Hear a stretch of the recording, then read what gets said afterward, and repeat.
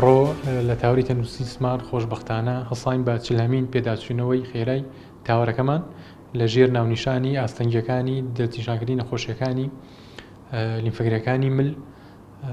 سواز بۆخوا بە بەشداری چەندین مامۆستا و پزیشکی پسپۆر لەو بارەدا کە تازەترین توێژینەوە و ڕێگا سەرەتازەکان لەم پێداچوونەوە خێرا خرانە ڕوو و بە هیوای سەلامەتی و لەرساغی بۆ ملایەکە.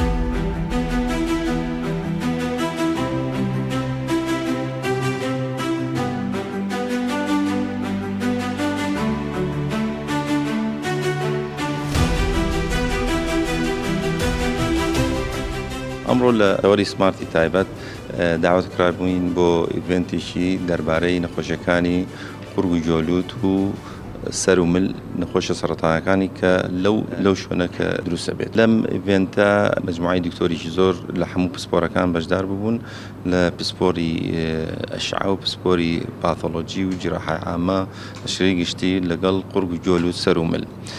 باسی زۆر جۆری نەخۆشی کرا لەو شوێنێک کە ئەکرێت بە تایبەتی نەخۆشە سەرەتانیەکان شێوەی تۆن تەشخیص ئەکرێ چۆن ئەگەیتە ئاستێکە کە بتوانی سوود بگەیت بە نەخۆش و زۆر شتی تازە ینی ئەپدەیت کرا کە باس کرا لەم میتینگەکە زۆر بەسەرکەوتوی چوو بەڕێوە. ئێمە سپاسی حکوومەتی سمارت تاوەر کە هەڵسا بە ئەنجامدانی ئەم میتینگە.